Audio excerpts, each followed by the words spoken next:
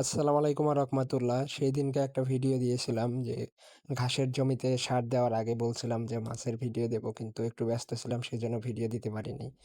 তবে আলহামদুলিল্লাহ আমরা যে পুকুর শুকিয়েছিলাম অনেকগুলো মাছই কিন্তু পাইছি।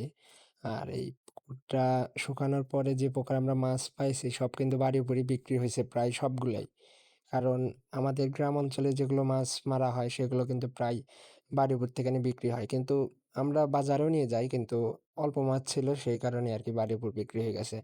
১ম এ যে আমরা জাল টান দিয়েছিলাম তখন সেগুলো মাছ বাজারে নিয়ে গিয়ে বিক্রি করে দিছি। তারপরে অল্প পানির ভিতরে আছিল সেগুলো মাছ কিন্তু আমরা বাড়ি উপরে বিক্রি করে দিয়েছি। আর এখানে তো দেখতেই পারছেন যে ২ ভাগ করে দেওয়া হচ্ছে। কারণ এই পুকুরটা কিন্তু ২ জনের।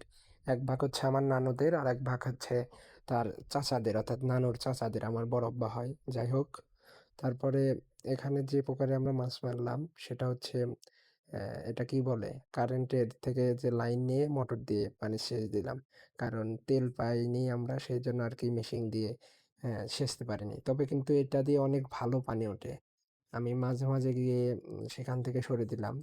ক্যারটের উপর দিছি আমরা। কারণ ক্যারটের উপর দিলে পারে পানিটা একটু তাড়াতাড়ি যায়, কাদা আসে না। আর পুকুরের উপরে কিন্তু কুশাল ছিল। আ আগ বলা হয় যেটা, সেটা গাড়া হইছিল। ওই আগগুলো কিন্তু অনেক বেশি। এরকমভাবে অনেকগুলো মাছই মারা হইছে। ২ পুকুর যেহেতু এক জায়গায়, পাড় বান্ধা হবে সেইজন্যই আরকি পুকুরগুলো সেচে দেওয়া হলো। ২ পুকুরের ভেতর যে নানুদের পুকুর ছিল সেটা কিন্তু একটু অ অল্প গাদ ছিল। আর ওই যে বড় আব্বাদের পুকুর ছিল ওটা একটু বেশি গাদ ছিল। সেজন্য পানি আমরা এই পুকুরে আগে শুকিয়ে দিই। আর পানি শুকানোর আগে যে পাড় যে হালকা জাগে তখন অনেকগুলো মাছ এই দিক থেকে ওই দিক যাচ্ছে, ওই দিক থেকে এই দিক আসছে। তো অনেকগুলো মাছই কিন্তু আমরা সেগুলো ধরার চেষ্টা করছিলাম।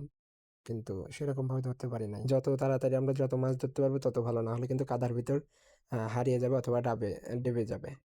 এটার জন্যই আমরা একটু বাদ দিলাম মাঝখান দিয়ে, বেড়া দিয়ে তারপরে মাছ মারলাম। আর আলহামদুলিল্লাহ অনেকগুলো মাছ কিন্তু আমরা পাইছি। মোটামুটি প্রায় শিংও পাইছি, সবকিছু পাইছি। তবে কোনো প্রকার না কাটা খায়া শিং মাছ ধরতে পেরেছি অনেকগুলাই। তো আমার চ্যানেলটা সবাই সাবস্ক্রাইব করবেন। আসসালামু আলাইকুম ওয়া রাহমাতুল্লাহ।